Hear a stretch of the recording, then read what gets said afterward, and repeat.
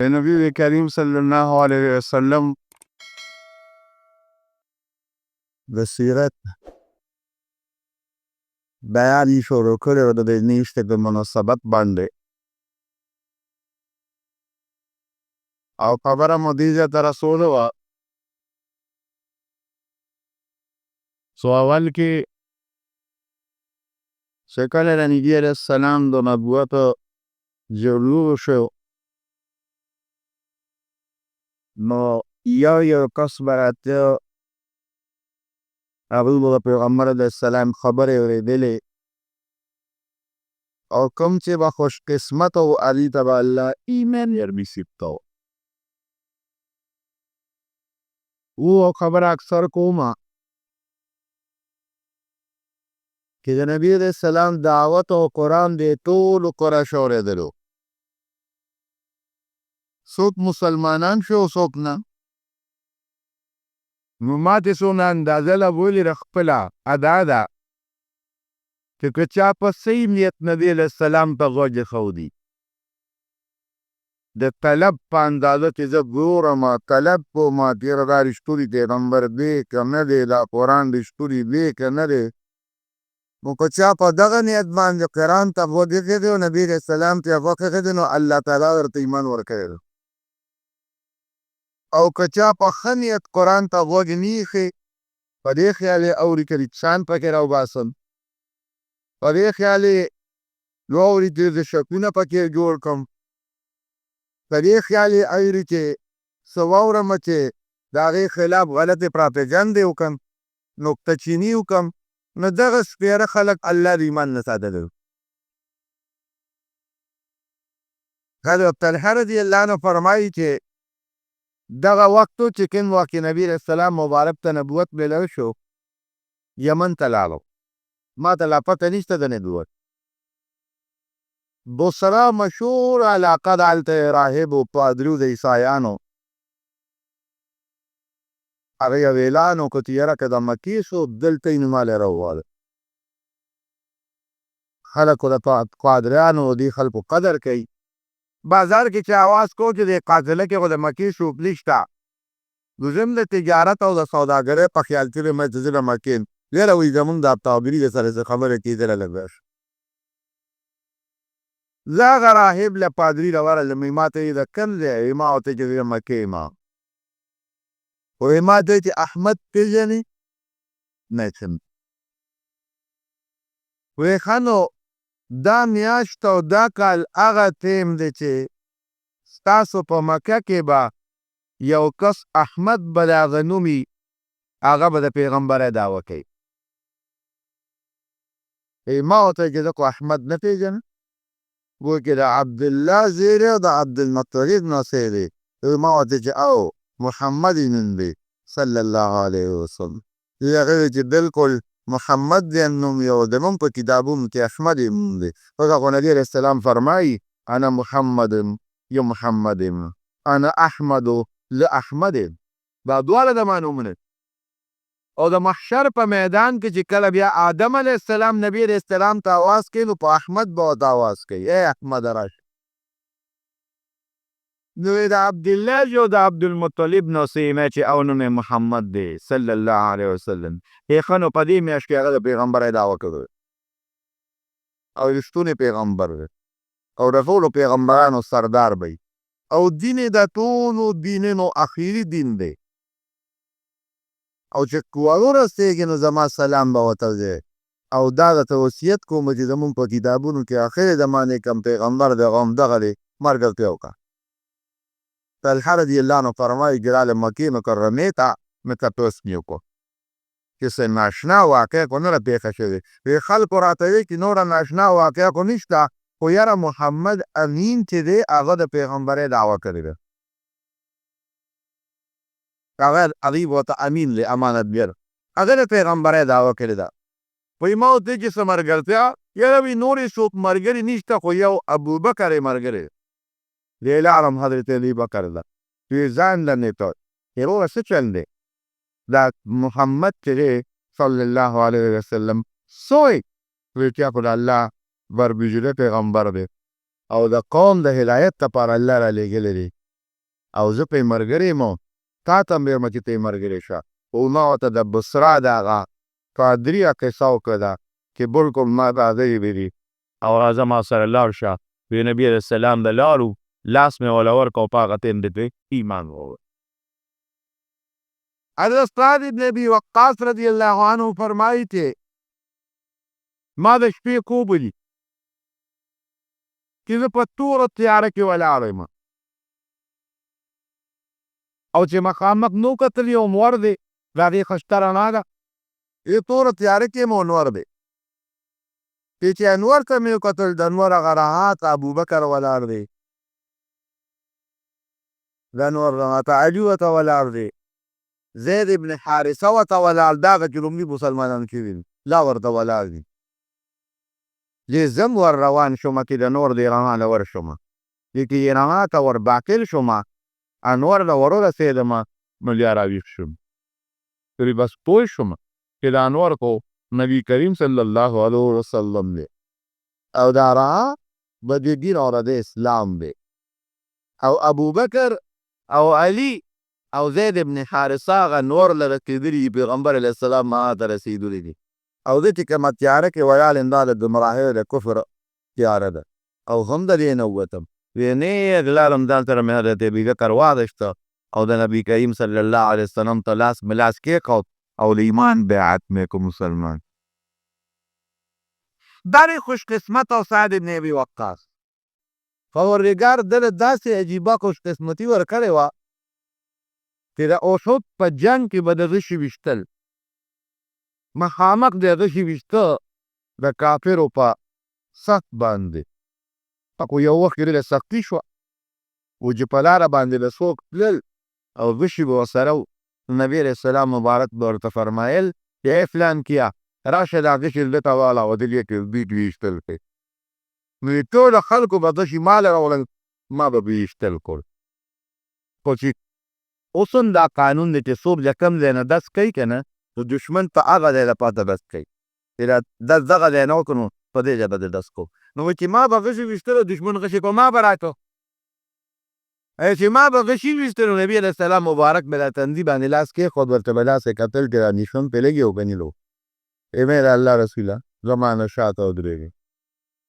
زه غشی د دشمن راځي ناسې نه ته پرې ونه لګي چې زه پرې لګم خو دې ته بچې او که یې پل وکړه وایي چې ما به غشي ویشته نو نبي علیه السلام مبارک به راته داسې وی ارمي یا سعدو فداک ابي انی ای سعده اوله زما مور او پلار تا نه قربان. د دو صحابو نه نبي علیه السلام خپل مور او پلار قربان کړي سعده اوله مور او پلار مې در نه قربان وایي دا به راته ابو او جهان مبارک سره وایي. نه دا بل مسلمان شو خالد ابن سعید رضی الله عنه هغوی چې یو خندق دی لوی خندق کنده ده خوب وینم او په هغې کې اور بلیږي وایي پلار مې راغی او دې رضی ته ته ونیوم او کندې ته مې غورځوي چې کومه کنده کې اور بلیږي وایي دې کې مې چې وکتل نبي علیه السلام راغی او دې د پلار نه خلاص کړم او د هغه خندق د هغه کندې نه یې اخوا کړم بوید کړ وایي راویښ شوم وایي چې سوچ مو کوم چې دا خو عجیبه خوب دی دا خندق خو زمونږ دا خپل دین دی دا د کفر دین او اور پکې بلیږي او پلار مې کافر دی نو ما هم دې دین ته ورغورځوئ او دا محمد راغی صلی الله علیه وسلم زه د پلار نه خلاص کړم او د هغه کندې نه د اور د کندې نه یې بچ کړم ویې نیغ لاړم ته نبي علیه السلام مې ایمان وروړ بیا قصه مې ورته وکړه چې صاحب بېګا دا تبوک بولي او چې کور ته لاړم پلار رانه خبر وی راګیرې کړم ویې والم تنزل یې راته وکړو ډېرې څغې راته و وایي ما ورته چې بابا دقسې خوب نه لیدی وایي چې واپس به کافر کېږي مې چې همدغه خوب نه لیدی چې غټه کنده د اور پکې بلیږي او ته نو ورته ورغورځې او نبي علیه السلام د مته ونیوم او زه یې درنه بچ کړ وایي چې نه دې پرېږدم واپس به کافر کېږي ما ورته چې بلکل نه کېږم وایي زما د کور نو وایي د کور نه ویستم وایي زما روڼو ته وایي چې دې سره بایکاټ وکړې مور را سره بایکاټ پلار را سره بایکاټ زوم را سره روانه کړه وایي نیغ لاړم نبي علیه السلام خوا وایي ټول جن مې د پیغمبر علیه السلام په خوا دي تېر حضرت ابوذر رضی الله عنه چې زه کله خبر شوم بنو غفار یو قبیله دی هلته اوسېدو. هغه ورورو عنید وایي امیر له دې ته لاړ شه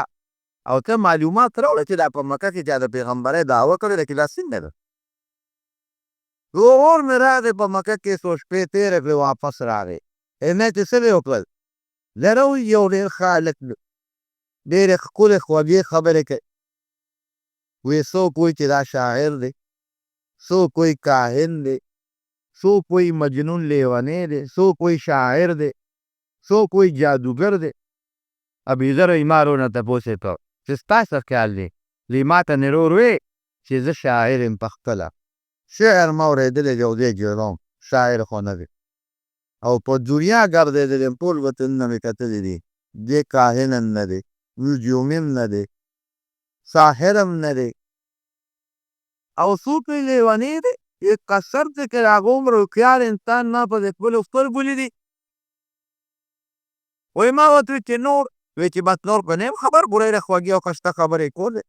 وایي ما ورته وایي چې سم خبر دی راله نور یې وایي پختله ده. یک کونټۍ مې راواغېسته، د اوبو بتکې مې ځان سره راواغېست، ستوان مې ځان سره وتړل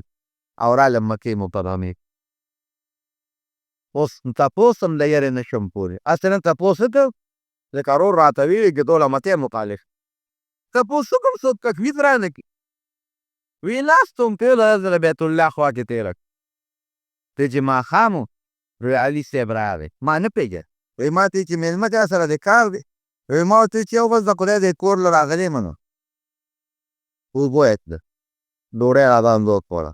شپه مې ورسره وکړه. هغه هم تپوس ونه کړ او ما هم رګونو. ومې چې هسې مې دا له دې پیغمبر چې ته مخالف دي او ما ته ته لانجه او مسلې دې ورنیسي. وایي سهار بیا راځم د بیت الله خواله، نور خلک هم ناست دي، بیت الله نه خو به د لرې لرې ځای نه خلک راته. وایي بس و علي صاحب راباندې بیا ماسخوتن راغی. ما ته وایي چې مسافره تا جو خپل مقصد لا نه دی موندی. مې چې نه وایي ښه دی راځه. روبې بوتنه، ډوډۍ راباندې وخوړه، شپه مې وکړه، نه ده تپوس وکړم نه ما. د هغه خو دا ګومان و چې د بیت الله عبادت کې به راغلي. وایي بیا مې په درېیمه ورځ ټوله ورځ تېره کړه په دې خیال چې څوک به را پیغمبر پته به ولګي، را به شي، زه به یې وینم، معلومات به وکړم، او هسې نه که په خپله له چا نه تپوس وکړم څوک را تکلیف رانه کړي. څوک یې نه وایي. وایي چې ماښام شو بیا علي صاحب راغی. وایي ما ته مېلمه راځه تا جو مقصد نه دی پیدا کړی. مې چې نه. وایي پورته یې بوت کړ، ډوډۍ راباندې وخوړه. وایي ما ته وایي چې مېلمه که د بیت الله خواله عبادت له راغلی خو ټیک ده، او که دلته غرض دی نو ما ته ووایه. وایي ما ورته وایي چې زما یو غرض خو شته. وایي وایه. مې چې نه ګورې واده به راسره کې چې خفه کېږې به ته یم نه او چاته به ویم نه. وایي علي صاحب راته وایي چې نه خفه کېږم هم نه، وایه چې څه کار دی، که د ما په وس کېږي پوره کړم او چاته به هم نه یم. وایي ما ورته وایي چې ښه نو زه خبر شوی یم چې دلته یو هلک د پیغمبرۍ دعوه کوي. هغې پسې راغلی یم دغه هلک ګورم او معلومات یې کوم چې دا رښتیني دي او دا دروغجن. وایي ما ته یې ویې چې بلکل صحیح ځای دې وموند. بوز رښتونی هلک دی، الله پیغمبر را لېږلی، مونږ به بوتانو ته سجدې کولې او په خپلو لاسو به مکانو ته راشل، اب هم الله سره شریک کول. د چا نه به م بچي غوښتل، د چا نه به م د بیمارۍ جوړوالی غوښته، د چا نه به م عزت غوښته، د چا نه به م دولت او مال غوښته. دغه هلک راغی. وایي چې زه الله را لېږلی یم، ما ته الله وحی را لېږي چې الله یو دی، هېڅ څوک شریک نه لري. د خیر او د شر مالک هم دقه لوی ذات دی. بیماري، تکلیف او روغوالی د هغه په اختیار کې دی. مرګ او ژوند او عزت او دولت د هغې ذات په اختیار کې دی.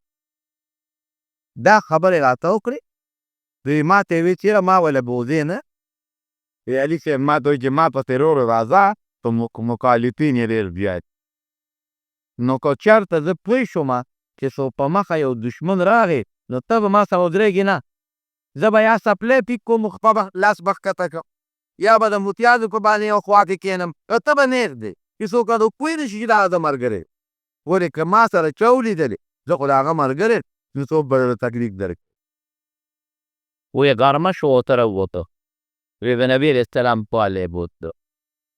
قسم په الله چې لوندې مخ مبارک د رسول الله نه ولیده،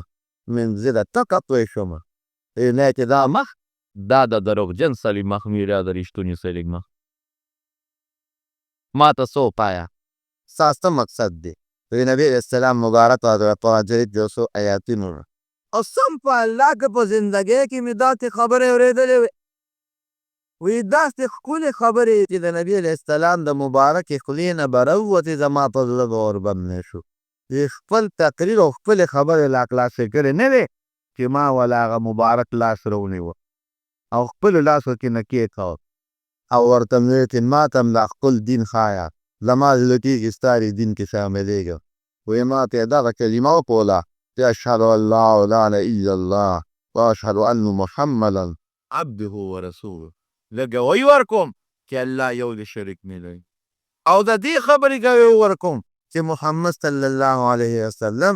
د الله کشته ښکلې بنده او بهترین رسول پیغمبر. وی ما ته بیا نبی علیه السلام مبارک وفرمایل چې ابوذر زه خپل وطن ته دلته زموږ دشمنان ډېر وي څوک د تکلیف درته ورسوي او یو وخت به داسې راځي چې د اسلام به الله مضبوط کې کور به شي بیا راځه. نه چې دا دې کده کې زم او دا کومه کلمه چې راته تا وکوله و د ټولې مکې د خلکو په منځ کې د دې اواز اوچتوم. تاسو ورونو دې نو اندازه ولګوئ چې له ایمان یې نور ورې دومره یېرېده چې درې ورځې ناست و چې تپوس په درې نشو کولی. 3 ورځې په مته کې تېره کړې غږ یې نشو کولی او چې کله دې ته ایمان توت شو یاره ښه زم وی د خلکو منځ کې اعلان کوم راغې د مکې مکرمې د بیت الله خواله قریش ناست دي وی دې خوا راغونډ شي خلک ورته راغونډ شو وی زه ابوذر ما خلک په ابوذر پېژنې د بنو غفار قبیلې یم تاسو دې کلي ته راغلی یم پوره جستجو او طلب مې وکړه د حق الله ماته یو حق وښود او یو تاسو په دې کلي کې ګوند کې یو هلک دی چې محمد یې روم دی صلی الله علیه وسلم ډېره زیاته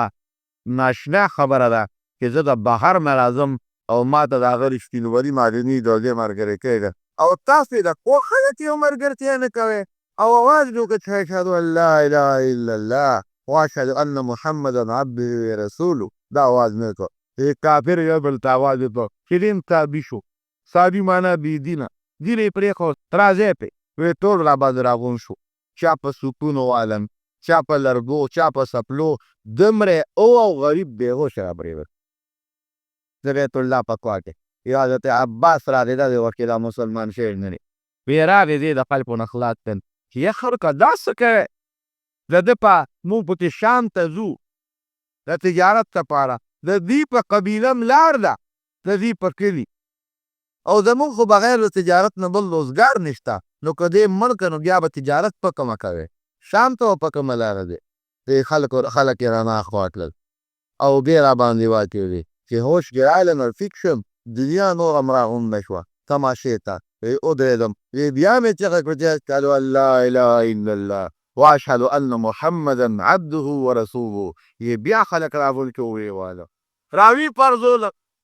وی بیا ته عباس خلاصم چې ای ظالمانو د ده په کلي لار ده ګورئ چې شام ته دی او د شام نه خو به دوی غله راوړه تجارت پرې کوم نو بیا به په کومه لار دی چې دې ملک بیا بچ کړم وی په درېیم ځل مې بیا چغی ویل بیا خلکو راګیر کړم عباس ته خلاص کړم بیا نبي علیه السلام نه راغلم مخ مې له دینو رنګ دم دی مخ مې له دینو نه رد شوی دی رنګ دم دی وی نبي علیه السلام مبارک راغله په خپلو لاسونو او په خپله کپړه باندې هغه وینې پاکې کړې ما ته یې چلنیزه هېڅ فکر مه کوه یو وخت به الله داسې راولي چې دا ټوله مکه به الله مسلمانوي داسې وخت به راولي زه خپل وطن ته چې کله اسلام پور شو بیا راځه واقع یې همغسې وکړه څه موده پس الله تعالی اسلام پور کړ ملګري ته هدایت کړو حضرت ابوذر رضی الله عنه راغی نبي کریم صلی الله علیه وسلم او عجیبه صفت الله دله ورکړو داسې صفت پروردګار حضرت ابوذر له ورکړو چې د مال سره محبت او مینه نه وه بس نه کور سره مینه وه نه خشته جامو سره مینه وه نه دولت سره مینه وه مال جمع کول ته منع نه دي ډېر دي چې حلال مال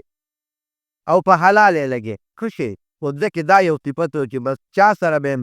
معمولي غوندې له 100 روپۍ لیدې فونټۍ به ورسره وه شپږ پیسې ته ته مال جمع کې حضرت معاویه رضی الله عنه سره ته دمشق کې هلته به یې جګړې کولې. خو چا به کور جوړه ورته هغه سره جواب ټکور کو. خو چا به خاص واخیست هغه به د مرۍ د نیول 2-3 څپې به یې ویستې.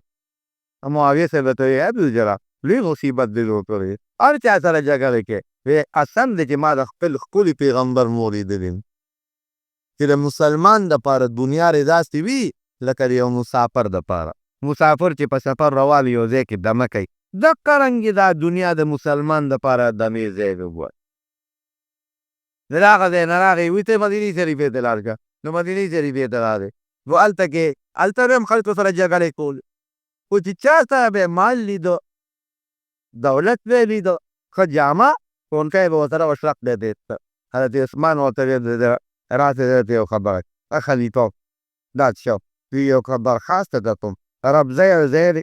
د مدینې شریفې نه ده. وایي که هلته لاړې نو قبول نه که روزانه د خلکو سره جګړې دي. لاړ رب ځای ته، نو هلته چې چا تپوس وکړو زه دلته سیم لاغ و. حضرت عثمان راته و چې هلته لاړ سې جګړې کې او دې خلکو سره زما ګزاره ګرانه. یې قسم دی دا خو دا عثمان د نبي علیه السلام خلیفه دی او د هغه دوه لوڼه پرې واده دی، یو وفات کړلی ورته ته نکاح کړه او مبارک صحابي دی. زه به یې خامخا خبره منم. قسم دی که یو حبشي غلام روي چې د هغه د استر دونه رکوټې وي لکه د اوس کې عمره دونه پوټې بد شکله د هغه هم را باندې بادشاه مقرر شي د هغه خبره به منې. دا خو دا عثمان دی چې دې څه ویلې زه به یې تابعداري کوم. ورپسې دل حضرت عمر فاروق رضی الله عنه ابو جهل په دشمنۍ کې سخت و ډېر سخت. ابو جهل اعلان وکړه ورو ورو به له نبي علیه السلام ملګري زیاتې وده، یو ګڼ شمېر تقریبا یو کم 40 ته ملګري ورسېدل. ابو جهل دا مشران راغونډ کړل، یاره وایي د دې هلک دا ملګري اوس سره زیاتېږي او ډېر شریفانه هم خلک یې ملګري شو. و د مخنیوي په کار دی او که چا د ملک د 100 کان انعام به ورکړو. عمر فاروق رضی الله عنه نوجوان راغی، ابو جهل ته وایي تا دا اعلان کړی دی خو ته دی باندې څوک عمل کړي ته به ورکوې 100 کان ذمهوار به یې څوک وي. وایي ښې ذمهوار یم ابو جهل ورته وایي زه درکوم. وایي تکې خو به د خپلې خبرې نه وایي نه پرې ډله کې مې درته فکر وایي ته لاړم ورکړه تو یې راویست. نوجوان په دې خیال راووته چې زه نو د نبي علیه السلام به ختم کړم. وی په لاره باندې را روان یم یو سړی راله په مخه راغی تپوس کړې عمره څه کې؟ وی ما ورته چېرې په دې مکه کې یو هلک پیدا کوي دی کنکې میند او زمونږ خدایانو پسې بد رد وایي ټول قوم بل ولې زه م هغه وجنم. دغه سړی ما ته وایي چې نه یې شي وژلی. مې چې ولې؟ وی د هغه خو ډېر لوی قوم دی بنو هاشم سره څه لویې قبیلې ده هغوی به یې ځنه بدل ول نه شي وژلی.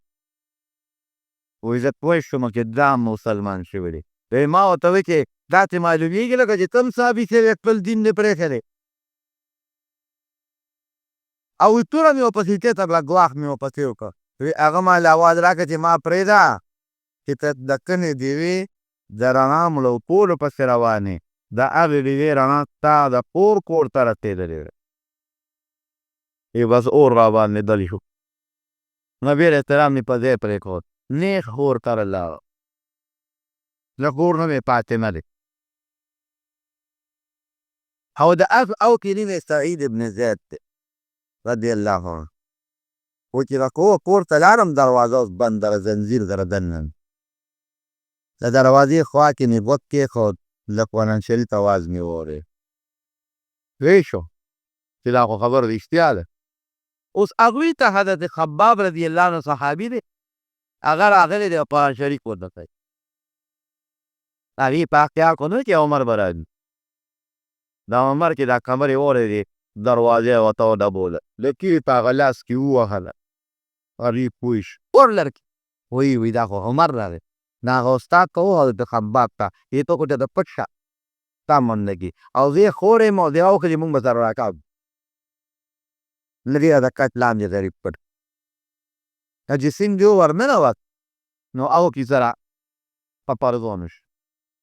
او د تیرې په هغه لاس کې به یې دا اوښې و مضبوط تکړه بهادر دا خور یې راله او دا خپل خاوند ته خلاصوي جګړه ده چې ختمه شي که چې عمر دې خور ته وکتل چې دې خو زما نه ده اوښې خلاصوي نو لاس یې چت کړ دا خور یې په تپېره په دا مخ وواله او ورونو تاریخ لیکي دومره سخت ګزار یې ورکړ چې د هغې د مخ نه څاڅکي د وینو راووتل او د عمر په جامو په مخ ته یې وکتل دومره سخت ګزار همدا عمر خور وه خو چې وینې پې وبهېدې بس ودرېده ویې وروره عمره چې څه دې خوښه یې را سره او که توره در سره ده مونږ خبره نه پټو ما ته به الله ایمان را نصیب کړی دی زما د اکاونټ ته مونږ مسلمانان لاس ته خلاص عمر کې دا د دې ښکلې خور د ورتیا او د بهادرۍ دا خبره اورېده او د هغې په مخ یې دې وینو ته وکتل او د وینو څاڅکي بیا د ده په مخ او په جامو پراتو نو وکې رقم را ودرې دقسې کړی کې لږ ساعت ولاړ دی سیل جي راځي خور ورته وایي واه توره واله زه مسلمان یم دی مسلمان پې تاسو ستړي اوسه چې زه بار ولاړم وایي مونږ د الله قرآن کتاب زمونږ په کلي پیغمبر کې نازل دی وایي ما دې راوړته وایي نه عمره capite Calimero del Pernamor دې ته راوړه کنه په راوړه زه خو ګورم چې څه دي پکې وی بالکل نه درکوم تاله ته پلیت یې نو وی په څه به پاکېږم وی غسل وکولم به د هغې نه پس بیا درکوم حضرت عمر فاروق او غسل خانې ته ننوت په لارې اوبه اچولې حضرت خباب رضی الله عنه خو پوه شو چې معامله خو بدله شوه خبرې به اورېدې هم د کټ ته لاندې نغی و اواز یې ورکړ ای عمره زما د قسم په الله چې بېګا د دواړو جهانو سردار تاله د الله په دربار کې دعا وغوښتې نبي علیه السلام که چا ووایي چې سید د ابوجهل نه ډېر تنګ او د عمر نه ډېر تنګ نو د ابوجهل کل نوم عمر و عمر ابن هشام او د دې نوم عمر ابن خطاب و نو نبي علیه السلام مبارک وفرمایل اللهم اعز الاسلام باحد العمرین یا دا په دې دوه عمرو کې یو پس سلمان ته بېګا د نبي علیه السلام د الله دربار کې جلا کړې ده او بوی درته کړې ده عمر هغې پې نورو مسرو چې ویلم بل پې وایه دا تاسو څه چې هغې هغه قرآن حکیم درته ټول وکړ هغه پې أنا الله لا إله إلا أنا فاعبدني وأقم الصلاة لذكري عجیبه ناشنا کلی پاک آیات راوست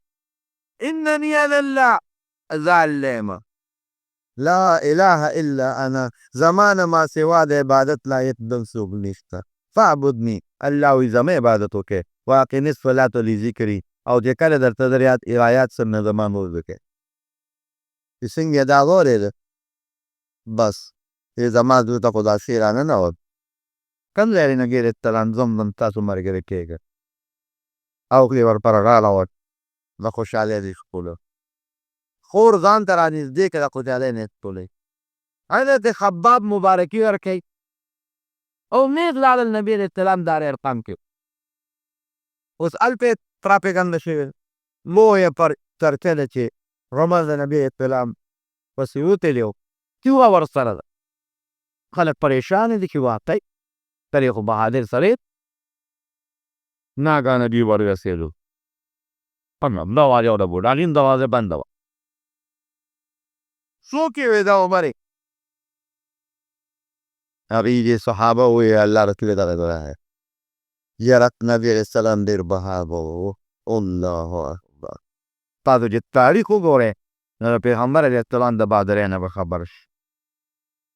یو ځل په مدینه منوره کې پراپېګنډه وشوه دشمن را روان دی په مدینه حمله کوي نبي علیه السلام د ابوطلحه رضی الله عنه اس وغوښته په د پاسه سور او توره یې غاړې ته واچوله او خلک لا په کورونو کې دي چې اس وزغله وایي کوم دي دشمنۍ په دې طرف ډېر مزل یې وکړ واپس راغی وایي مه یارېږئ اسم نشته ما دا لاره وتړله دومره بهادر انسان د حنین په جنګ کې چې کوم وخت کې په هغه تیراندازو غشي راوورول نو صحابه منتشي کې ټول پرتې دي لږ ساکت تیز که نه وته لکه خامخا په انسان هغه ذهني ډډه راشي. او ابو سفیان ابن حارث ویل چې نبي علیه السلام په هغه خپله قچره باندې سور و سپینه او هغې له به دیکه ورکول او اواز به یې کو انا النبي لا تزد انا ابن عبد المطلب زه پیغمبر یم دروجنه خبره نه ده او زه د عبدالمطلب یم. وایي مونږ پې هغه قچره راښکله چې هسې نه ور مخکې دي په غشي ونه لګي او نبي علیه السلام به زور کو چې د مه دستار وایي پرېږده زه مخکې ځم. دومره بهادر انسان. صحابه یې د الله رسول دغه عمر راغی ویې پرېږدی ما په عمر په ښه نیت راغلي په ډېره ښه او که عمر په غلط نیت راغلي د عمر په تیغه به دې دا ته ووایه. حضرت حمزه ویل د الله رسوله ماته یې پرېږده کښېنه ټول لیکلی شي. دروازه یې پیدا کړه عمر فاروق مخکې راننوت او کې د عمر او خورې او خباب رضي الله عنه دا ورپسې وایي چې څنګه راننوت نو نبي علیه السلام کلک ته دې مرۍ نه داسې ونیو لږ روان نه ونیو توره په هغه سره ده عمر سره. حضرت عمر فاروق ته چې له ګریوان نه یې ونیوم وایي د سر نه تر دنوکه پورې رانه ولېږدېلې. وړه دونه بهادر انسان ته ګوره. او نبي علیه السلام ته فورا تپوس کړي عمره په څه خیال راغلی؟ دی ورته د الله رسوله زه اسلام ته نه یم راغلی مسلمانېږم زه اسلام ته نه یم خو چې زه نو نبي علیه السلام دې تلاره د خولې مبارکې نه وختل الله اکبر.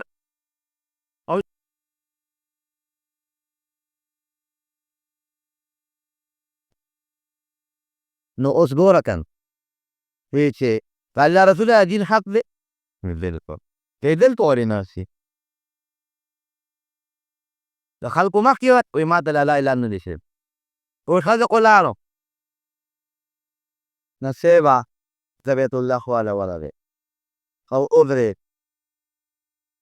او له اول یې تل د مکې قریش را جمع کړل چې ودرېده خلکو خو وایي چې دې مونږ لېږلی دی د نبي علیه السلام سر پسې ترې سلو خان ویې نه هم به ګرځي. وایي ای خلکه که څوک مې پېژنئ خو ټیک کا او که څوک مې نه پېژنئ زه عمر ابن علي خو پېژنم بله کلي سړی یم که یا هم د نبي علیه السلام نن واقع د هغه ملګری شو او پټ پټې خبرې نه دي ښکاره اعلان کوم چې اشهد ان لا اله الا الله واشهد ان محمدا عبده ورسوله او د چا پلار کې روز را میدان ته دي چې په ګرمه تیږه څوک تنین دی. بلال غریب بیا رانیوه په شکر رسم الله ځکه چې هغه خو بې کسه بې سوته و. حضرت صهیب او حضرت عمار دا مسافر وو غلامان وو مریان وو بې کسه وو مسکینان وو دا بیا رانیول په شی څوک وونه اوس هم په چې کوم غریب وي نو هر سړی ترې مزې اخلي او چې لږ یو بوټی تکړه وي هغه ته څوک تور هم نشي کړی داسې نو که نه نه وې دا پته خبرې نه دي که څوک نه پېژنئ پته مې نه پېژنئ زه عمر بن الخطاب یم او دا کلمه وې نه هغه میدان ته شي یو داسې روان ووایه دا وی لیونین بل داسې نه نوي لیونتوب خبره نه را میدان ته ځه چې پته ولګي. علما وایي چې هغه وخت کې ورته ربالعالمین نبي علیه السلام یې فاروق لقب ورکړ. عمر فاروق د حق او د باطل په منځ کې فرق پیدا کوونکی ښایي خلکو ته چې دغه دین باطل او دا حق. هماغه علما وایي چې نه دا فاروق لقب ورته په مدینه شریفه کې میلاو شوی یو یهودي په مدینه شریفه کې او یو د مدینې یو منافق و د دواړو منځ کې څه جګړه راغلې وه په ځمکه دواړه راغلل پیغمبر علیه السلام لنو نبي علیه السلام چې په مسله کې سوچ وکړو یعقوبي که حق و منافق به غلط منافق ظاهر کې مسلمان او د زړه نه کافر و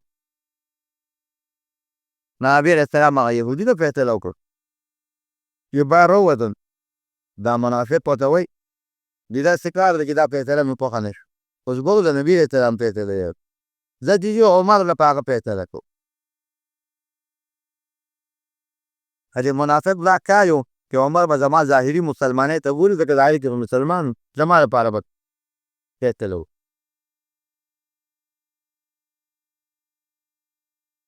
خو فیصله به د چا لپاره نه کېږي ښه به الله لپاره وکړي هغه دا خیال و چې ما له به فیصله کوي هغه پښتانه مو وایي که وی ټوکه کې یا عزیز جو څنګه ده او خبره الله دپاره دا د هېڅ خبره خبره به د الله دپاره کې نو دی خو په دې خیال ورغی عمر فاروق له هغې به زما ظاهري مسلمانۍ ته وګورو نو زما لپاره به فیصله وکړي چې څنګه ورغې ورته وایي زما د یهودي منځ کې څه مسله او تا له فیصله وکړه عمر فاروق د ډېره څه دا یهودي ورته وایي صاحب اوس پیغمبر علیه السلام نوم یې واخېسته هغه مونږ له فیصله وکړه زما په حق کې خو دو ونه منله وایي زه په عمر فیصله کړو و ډېره ښه ده چې د هغه نه مني زه به ولې فیصله وکړم وبرېږئ راځم نو بس دا منافق خوشحاله شو چې زما دپاره فیصله کوي چې عمر تور پرې ننوت تورې را واویست چې بار ته راووتې شرق په منافق یې په دا سټ و سر یې تل ته وغورځو او چغې یې کړې وایي چې څوک د نبي علیه السلام د فیصلې نه پس ما له فیصله راوړي هغه له به د دغه فیصله کوم چې راته منوره وکړه دا هغه منافق چې کوم قوم والې ولاړل پیغمبر علیه السلام نه پیسې به عمر زمونږ سره ووژل بدل به تې نبي علیه السلام ډېره وویل عمر ولې دې وژلې وایي څه ستا له فیصلې نه پس ما له فیصله راوړه نو ستا له فیصلې نه پس ما له فیصله راوړه ستا په فیصله راوګیني زه به ورته همدغه چل کوم وایي غصه به دې ورته کړې وه پوه کړې به دې نصیحت به دې ورته کړو عمره وژلې ولې د الله رسول وکړي نور نه پوهېږم خو که د دې نه پس بل څوک هم دا چلتي دا لوبه به ورسره کوو وایي ستا د خدای پیغمبر چې یو سړی مني او بیا د هغې د پاسه هم په تا فیصله نه کوي زه به ورسره همدا چل په دې تکرار کې دي چې په نبي کریم صلی الله علیه وسلم وحی راغی هغه وخت سره جبریل علیه السلام راغی دا آیاتونه راغلل دا آیاتونه دي چې فلا وربک لا یؤمنون حتی یحکموک فیما شجر بینهم ای پیغمبره داسې نه کوي زما د قسم په رب ستئ زما د قسم الله وایي قرآن کې زما د ستا په رب په خپل ذات قسم دا خلک تر هغې پورې مسلمانان نشي جوړېدی چې تر څو دوی په تا فیصله ونه کړي ثم لا یجدوا فی انفسهم حرجا مما قضیت ویسلموا تسلیما په تا فیصله وکړي او ستا د فیصلې نه پس دوی په زړه کې څه تنګوالی نه راولي او ستا د فیصلې نه پس بل چا له منډې نه وایي ستا فیصله مني او چې ستا فیصله نه مني او ستا د فیصلې نه پس بل چا نه منډې وي دا مسلمان نه دی کو کړي دی عمر کې سره سوالی قرآن حکیم کې الله ویتنا گوی چې د موافقات عمر و د عمر فاروق رضی الله عنه په زړه کې بعضې وخت یو خبره راشي د هغې مطابق چې څنګه خبره راغلي هغسې الله تعالی قرآن نازل کړی نورو به یو مسلمان غلامان حضرت بلال رضی الله عنه غلام دی غلام مسلمان حضرت عمار رضی الله عنه مرئی دی غلام مسلمان حضرت یاسر رضی الله عنه مرئی دی الله مسلمان حضرت سمیہ رضی الله عنه آیر اورادی سماریدار شغل امام حضرت عثمان غوندې د مکې یو شهید انسان حضرت ابوبکر صدیق غوندې چې هغه هم د مکې یو ډېر لوی شخصیت او عزتمند انسان و داسې یو دوه درې داسې راځي اسلام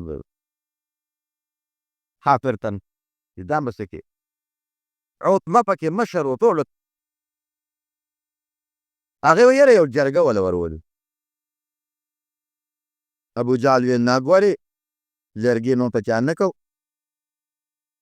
عتبه ورته ویل ښه نو هغه له بیا جرګه نه بوځو د هغه تره د ابن طالب هغه له جرګه بوځو هغه پرې کړو نو که چېرته ویې منله ښه خوښه وکړې ویې نه منله نو د تره او درواره خو بروانه شي که نه ابو طالب یې مرسته کوي د هغه د وجې ورته مونږ غږ دې شو ګوره نو که تره ترې لاس واخېست نو مونږ که د نبي علیه السلام ختمول د 2 منټو خبرې خو ترې ملګری دی ابولهب خو زمونږ ملګری دی بل ترې دی ملګری دی او د ابو طالب به خلکو ډېر لحاظ او قدر کوه مشر لویه جرګه د عتبه او د ابو جهل د دې خلکو راغله ابو طالب او ابو طالب به داسې کار چې ستا د رواره لوی لانګې جوړې کړي خلکو کې انتشار پیدا نوې دین اختیار کړی زموږ خدایانو پسې کمزور کوي. نن کال راغلی و مهرباني وکړه 3 خبرې دي دې 3 کې یو ومني او که تا د دې 3 کې یو ونه مني ته دې ځان اخوا که بیا مونږ کوي جو دې پې مونږ ته علاج نه لرو. ابي طالب ورته وی هغه څنګه وی ګوره که دا دین در دې دپاره شروع کړي چې د خلق وخت زمونږ په عربو کې د چا په لور کې ګوته ږدي مونږ یې ورکوو. که د پیسو دپاره یي چې څومره پیسې دې د خولې نه وباسې مونږ ته دې وایي مونږ به تا له روپۍ درورکړو. که د بادشاه دپاره یي نو مونږ یې د خپلې تورې علاقې مشر کوو ځکه خو زمونږ د خدایان زمونږ د بوتان هغوی خو د خدایان وي مونږ یې ته دوتان وایو زموږ د خدایانو بد دی نه. او ابو طالب یو خبره بل هم درته کوو دې دې خپل چې څه دین یې غلی چلی دې کې امکان نشته په مو خلک دې زمونږ نه ناړئ زمونږ د خدایانو او زمونږ د بوتانو دې بد نه وایي ځان نه دې خپل چې څه کوي کوي. نور قوم تنګ دی. ابو طالب نبی اسلام به سوال جوابولی دا دی ریواده د دې ټول قوم دا ملکان راغلي راغونډ شوي دا مشران او دی یو درخواست ما له راوړی دی ته تا ته پیش کړو. دوی وایي چې دینه یې خوښوي نو بوتلی کېږي چې کوم ځای خوښوي مونږ یې ورکړو. که پیسې یې خوښوي چې څومره دې غواړي مونږ له راغونډوو. که بادشاهي یې خوښوي نو بادشاه کوو یې د خپل علاقې او دا م ورته نه وایو چې خپل دین دې پرېږدي دین هم مه پرېږده خپل دین دې چلوه خپل لمونځ کوې که هر څه کوې خو د دوی د خدایانو بد مه وایه خلک د دوی نه مه اړوه. وی واره زم ورې د دې تېر قوم مقابل نشم کېدی دا ما دا خبره ومنه چې دا خبره یې د تره ووایي ده د نبي علیه السلام مبارک د ستر بنت کې روانې شي. وی کاکاجي لا ته لا بادشاهي یادوي او مال او دولت یادوي او ښځه یادوي زما دې په هغه ذات قسم وي چې زما ستا د هغه په لاس کې ده خو په دې یو لاس کې راته نور کېږي او په دې بل لاس کې راته سپومۍ کېږي د خپل میشن نه به ومرو. زه نه ښځې دپاره دا کار کوم نه د بادشاهۍ دپاره کوم او نه د دولت دپاره کوم زما الله یو دی او د هرې ښکلي رب الله وینا به د دوی ته خامخا رسي د دوی په خره مسلمانېږي او که نه مسلمانېږي زه به د هغه ښکلي رب صفت دوی ته خامخا بیانو چې هغه یو د شریک نه لري. او کاکاجي خیر دی که ته د قوم نه مجبوره یې تا نه نه خفه کېږم زه خیر دی زما الله من دی الله بې شته هېڅ پروا مې نشته ته هم د قوم مرسته کوه ملګري چې د مال بیا الله شته الله به درنه امداد کوي. روان شو ته روان شو دا ټول سرداران خوشحاله شو چې دکې خیر ته درواره خو مېرواله راوسته او که تره ته دې خوا کې نو بیا رواره مونږ ته اسان دی. ابي طالب ورته اواز یې کړ محمده صلی الله علیه وسلم دې خوا راشه راغه دلته راشه دا ټول مشران د یو یو قوم یو یو مشر ولاړ دي ما د دې پیغام تا ته راورسېد او تا ته خیال دی چې زه به ستا مرسته پرېږدې دین ستا جدا دی زما جدا دی. ابوطالب کافر زه خپل کار کوه چې څنګه یې خوښه یې کوه او د دې ټولو کافرو د لاس خلاصي زه به ستا ملګری یم څوک دې هېڅ کم نشي کتلی. دا فکر مه کوه چې زه به ستا نه بل طرف ته وړم زه دې کلک ملګری یم زه خپل کار کوم. ان الله لا يؤيد هذا الدين بالرجل الفاجر یا بالرجل الكافر بل روایت کې دی الله کله دا دین ته یو فاجر کافر هم مضبوطوي. ابي طالب نه الله څونه کار وکړ اورېدو ګورې ته ډېر لوی تکلیف و د نبي علیه السلام مبارک په ډېر محنت او په ډېرو سختو قسم په الله دا دین مونږ ته رارسېده دا ته تیاره نوری نه ده او مونږ ته روان دی زموږ ته په تکلیفونو رارسېدلی مونږ نه نور څوک روان دی نو د قیامت په ورځ به الله به زما او ستا نه کتوس کوي تاسو وړه خبره نه ده. دا ټول وینې پیغمبرانو به درته مخکې کوي د صحابو به رمضاني کې یاري وه په دې دومره محنت ته راغلي دي تا نه مخکې کې دا ګډوډ ټول به څوک یو مونږ یې شو کولی مال الله راکړي څلوېښتمه روپۍ لیکو ورکول روژه د الله یو میاشت روژه د یو میاشت هغې ته ملا مات د الله د رسول تابعداري اطاعت مونتریخ خلک ورشه وګوره په کوم طرف روان په حاشیو رریانیت کوم ځای ته ورسېد حالات چې د دین جړه په حاشیو دي ګورې نبي علیه السلام فرمایي چې اخره زمانه کې به داسې ښځې راولي چې هغوی به بربنډې وي جامې د عادت یې بربنډ وګورئ په سرپیچکونو کې او په نارونو پټو کې خلک په پېښور کې د بل ځای مخکې به خلکو اسلام آباد یادو او لاور به یادو اوس پېښور ساده پېښور چېرته به نه وي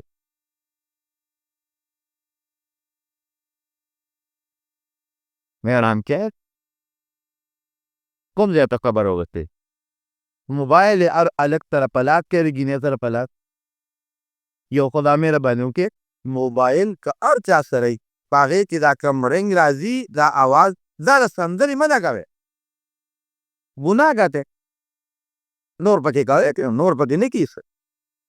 د سندرو په نمونه د صاف په نمونه رنګونه مه لګوئ الله مه خفه کوئ الله جون راکړی دی مونږ له الله مال راکړی دی مونږ له الله عزت راکړی دی الله بټي درکړي دي دا الله د خفه کولو نه دی مونږ سره کړي دي مونږ خفه کوو بد ورسره کوو دغه ذات چې راکالی څومره ښکلی شکل ولې که الله موږ سپي پیدا کړي دا سپي الله مخلوق نه دی که خنزیران یې پیدا کړي او که اوس جوړ کړي بیا څه کوي بچي درکړي دي که دی مې وي که د نه اوس وادي مال یې درکړی او که دی مې وي درکړی اوس یې د نه اوس وادي بیا به څه کوي دا لوی ذات د خفه کولو ذات دی هېڅ چارې نه ګورې یعنې د موبایل یو پیدا خو مې ولیده یو پیدا مې د موبایل ولیده یو خبره کولې یو جنۍ وي لګیا وه یو جنۍ په لاره دا اکثر د خلکو سره موبایل یې نو په دې لاس کې ګوري ورته هر وخت فقۍ راسله یو جنۍ لګیا وی چېرې خره چې دا موبایل له وکړي دا هلکان سر یې لاندې موبایل دی کې نوم په له کتو نه دی پلاس نن ته خو نه ګورو نو ما یې دا خو ټیک ده خو د جینکو چې لاس کې موبایل یاد شي دې نه بغیر ژوند نه کېږي د ضرورت دپاره که سړی ځان سره کاتي وساتي پورټفولیو لپاره غلط یې نه استعمالوي هلکان دې هم غلط نه استعمالوي جنکۍ دې هم غلط ما ته دا اطلاعات رارسي هغوی به هم غلط نه استعمال او بیا پکې دا د سندر او جومات ته خو چې راځئ فوراً بندوي جومات کې خو اکثر هېڅ شي د بنده هلته په مانځه ولاړ وي هلته داسې سندره ریکارډ پې چالو شي چې خدای پاکه دا زموږ یو د لاس په موبایل دی غزل ته غوږ کړي دا د ټول زمانې د پیغمبر علیه السلام مبارک پیشن دی ژوند تېرېدو والا روان په منډه ډنډه په تېزۍ کې روان دی یو وخت نوم ځې جومات ته مولوي صاحب د خدای پاک وبخښي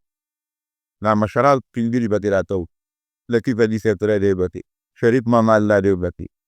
سدولا کاکا الله تعالی دې وبخښي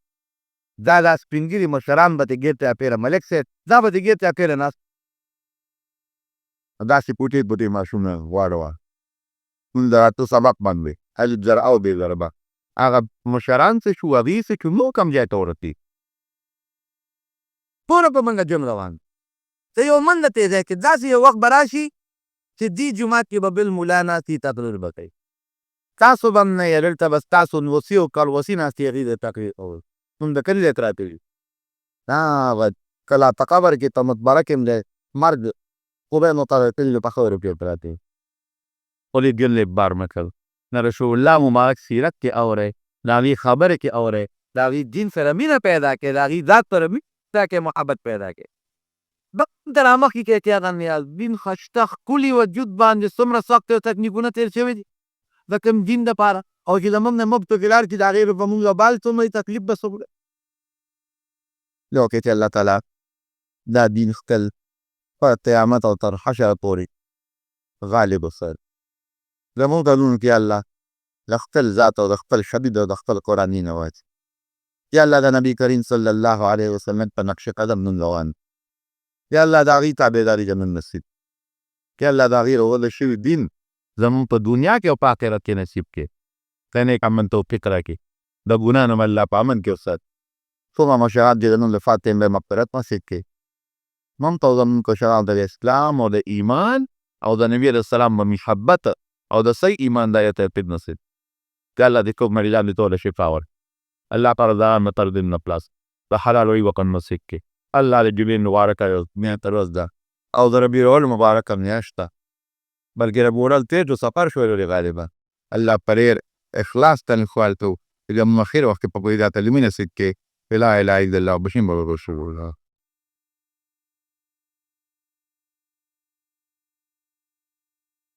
برېت کټ کول څنګه ثابت دي د برېت درې طریقې دي یا خدا کې سړی وښایي دویمه طریقه یې دا ده چې په قینچې یې بندلې بیخ کې والي بلکل په قینچې یې والي او درېیمه طریقه یې دا ده چې دا غاړې ته والي غاړې او داسې د انسان دا روی چې څنګه لري که نه لقط کې پرېږدي داندې کې پرې شوم نوم روچت وي دا غاړې ماړې ورته والي دا د برېت طریقه ده او د نبی علیه السلام متعلق هم دغه احادیثو کې راځي چې عشق الشوارع برېت کې دا کټ دی او کټوالی هم دا دی د هغې په روایاتو کې هم دقسې راځي چې دا زیاتي کې هم ویښته به د شونډې نه بر دا به یې غښتل او دا ما برېت ته وانه پور به او د سر مبارک ویښتو تپوس دې کوي د نبی علیه السلام په ژوند نقشه به یې راته کې د جمعې انشاءالله بیا بیان کړو 3 قسمه ویښته به یو به یې له غوږونو د پوزه کوم کله به د هغې نه اوږده کړي د ستې میاشت ته به رسېدل او کله به د هغې نه اوږدولي اوږو ته به رسېدل او د حج او د عمرې په موسم کې نبي علیه السلام ویښته مبارک خریلې غوندي بسر ویښته